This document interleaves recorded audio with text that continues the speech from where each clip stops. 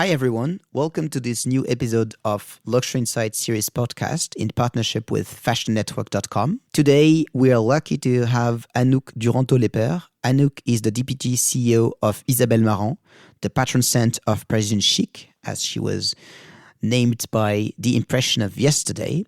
Anouck will talk about her vision of luxury, the importance of women in this beautiful house, CSR naturally, and the daily inspiration that she gets working with one of the most amazing French designer of today.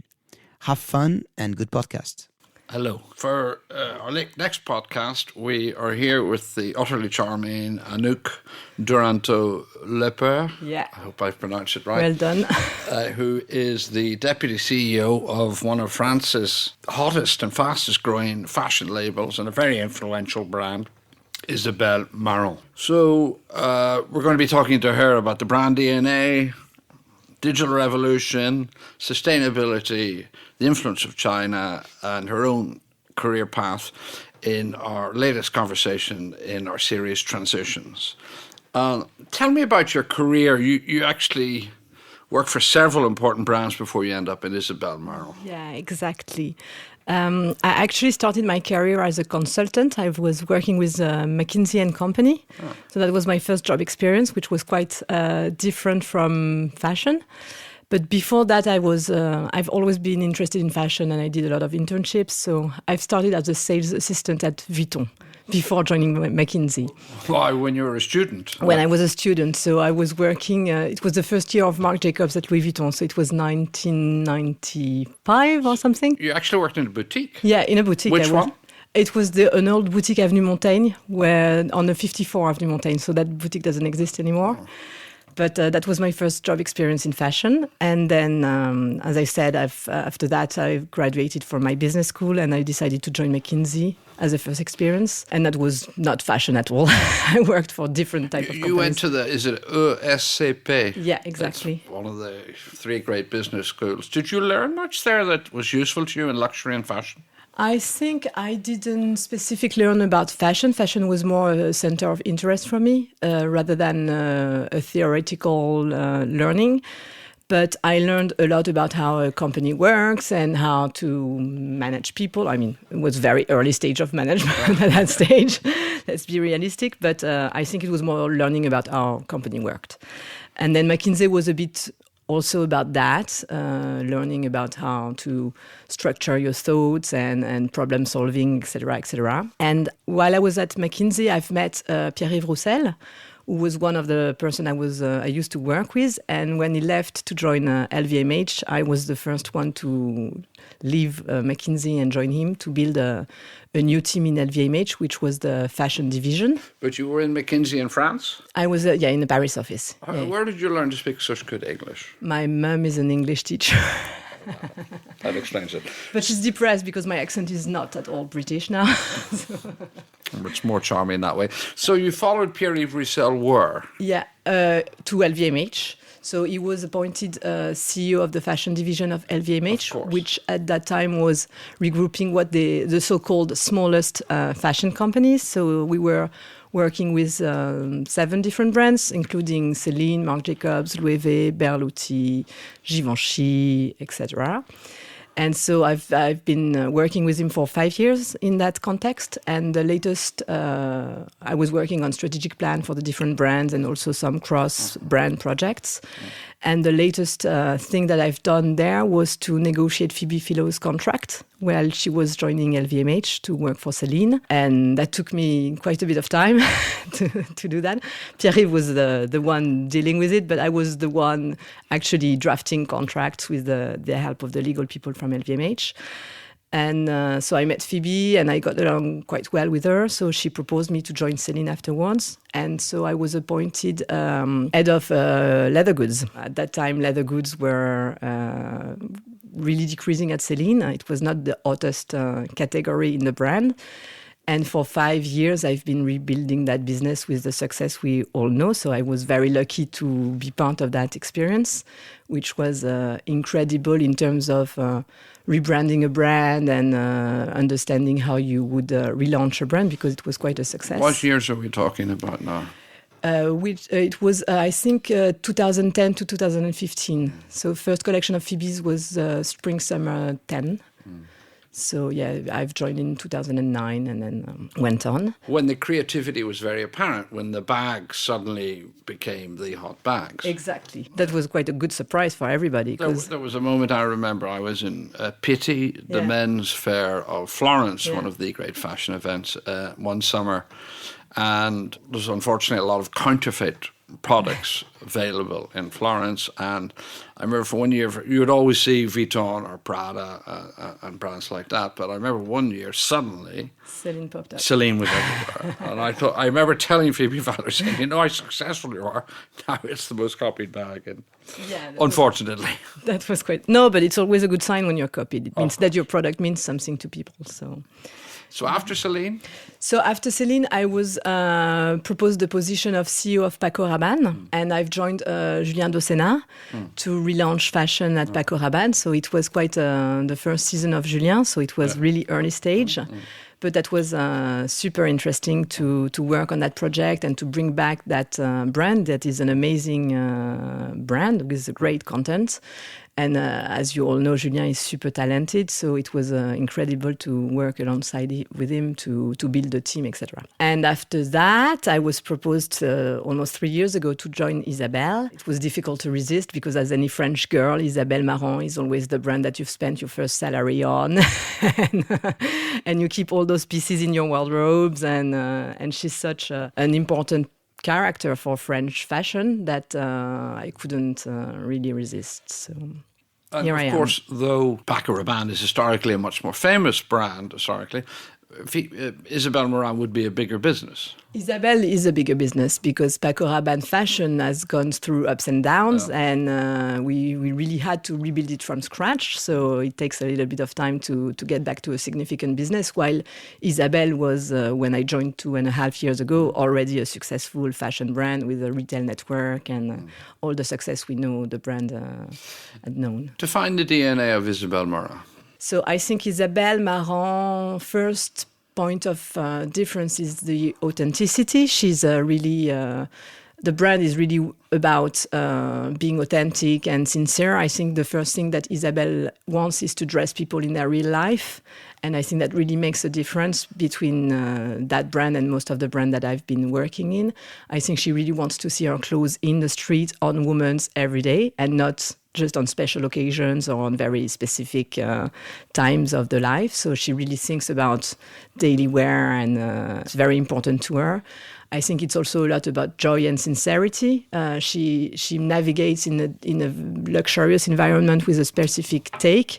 I think she's really about being a woman, a normal woman with a slightly better edge. So I think authenticity, sincerity, joy, and it's also about a girl's thing. I think Isabel dresses women for themselves and not necessarily for other things. I always find that it's unmistakably French, but I always find a very rock and roll attitude about the clothes. Of course, because she's she's very authentic and she's a bit of a rebel. She wants to really be herself. Curiously, I always find it quite American in many of the references in rock and roll, the Southwest, cowboy, Western, but reinterpreted. Yeah, she's a bit of a combination. I think travel really belongs to the brand also. It's part of the thing that we want to do. So it's always a combination between rock and roll and very romantic embroidery. It's a combination between boyish attitude and very sexy girl. So it's really always a tension between two opposite worlds that really make that specific look. We call it the Degen. Which is really more of an attitude than a silhouette. So she really tries to work on that. We've spent the last 25 years in the digital era. It really began late in the last century. But fashion, in a way, was slower to become digitalized compared to many other industries.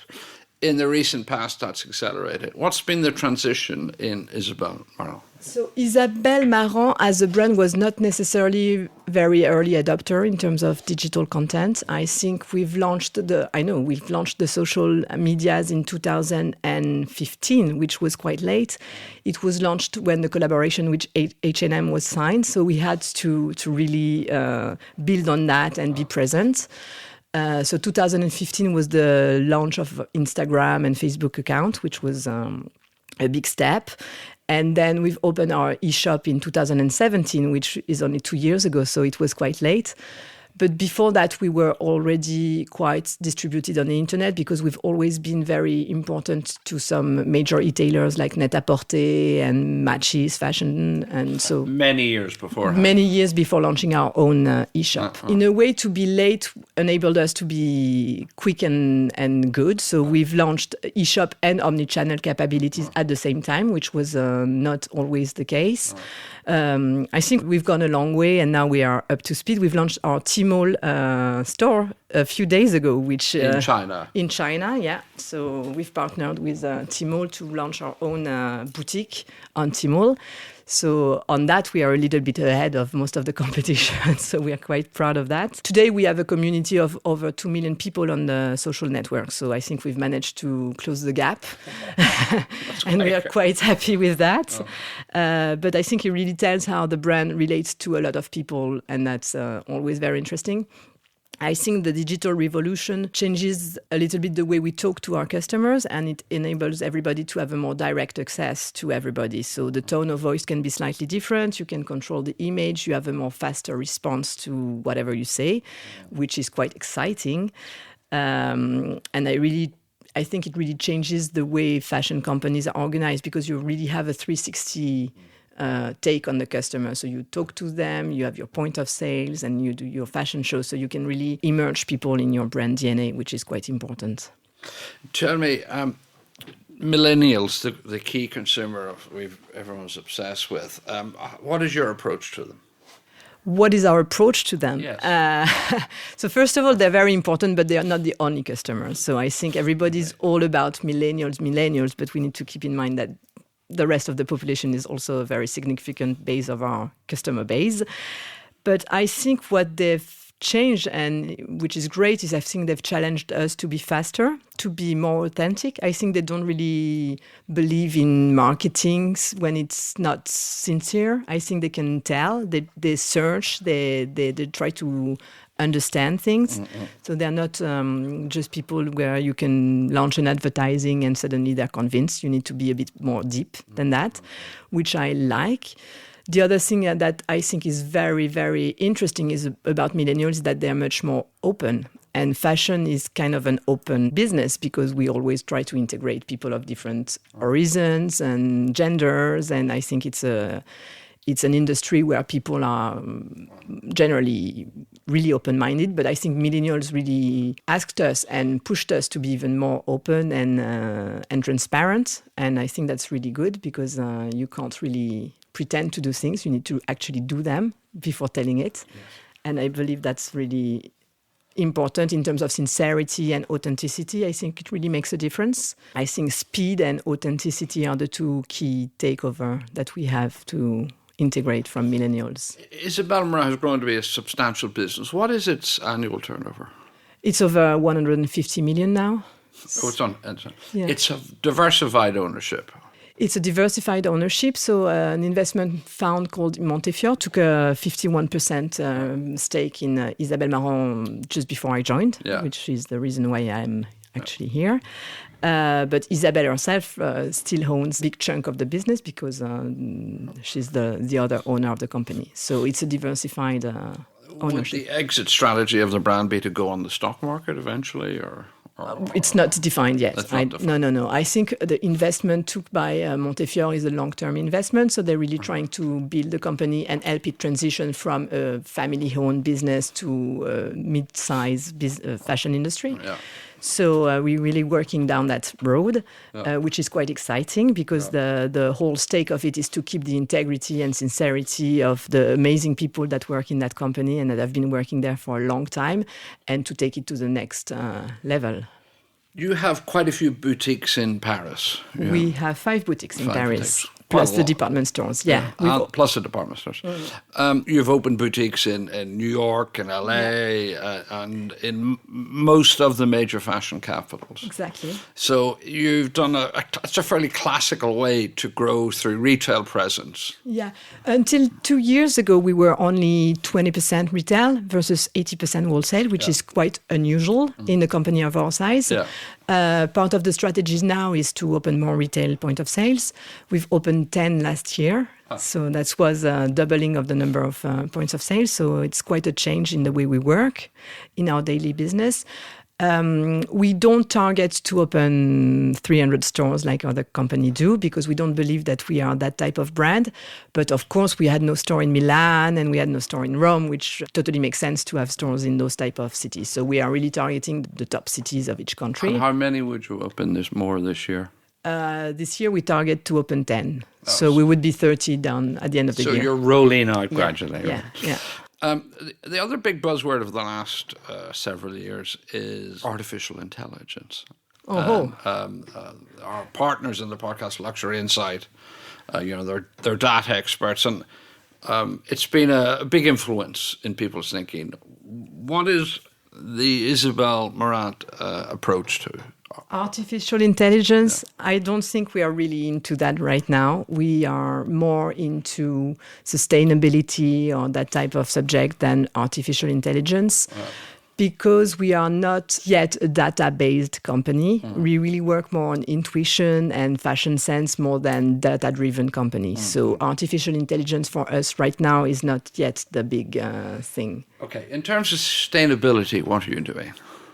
So sustainability is a big subject, and we all know that fashion is not the best in class in terms of sustainability. Of course, everybody's aware and very well aware of those topics. Isabel herself really cares about that. You all know the story of her living in her cabane in Fontainebleau with no electricity. She's really close to nature, which is not just a story, it's the reality. I think the first take that Isabel has on sustainability, that she never wanted to develop a fast fashion type of business. So she really wants to design clothes that last. And I think the first thing about sustainability is not to throw away too many things. So she really tries to design clothes that you would wear years after years and that you would keep like old friends, but just you keep them in your cupboard and not at your dinner table. But that's really important to her and to the whole company. And when we ask our customers what they like about the Isabel Marant, they always tell you, I bought that coat 10 years ago. It's still amazing. And I wear it when I want to be nice. So that's the best answer we can get. So that's one aspect. We also try to work a lot on social content. We want to keep the production close to us. So we have more than 60% of our production that is always in Europe. So we don't go so far. Yeah, 60% of what we produce is made in Europe. And then when it's not made in Europe, half of the rest of the production is made in India with suppliers that we've been working with for over 20 years. So they were suppliers that Isabel identified 25 years ago when she wanted to start her business. And it was a lot about embroidery making and specific techniques that really only exist there. And we are still working with those people who are really also conscious about sustainability. So they all recycle the water, they build some foundation to raise. One of our suppliers has a foundation where they pay scholarship for girls, for baby girls of the employees, which in India is quite advanced. So we try to work on that. And then, of course, we integrate eco aspect in the production as much as we can. But we need to be aware that fashion is not yet top of the class. So we try to work with some eco-friendly textiles, but there are not so many options on the market yet. We've launched a project last year called I'm on my way. So it's a project about sustainability, in-house project for the employees.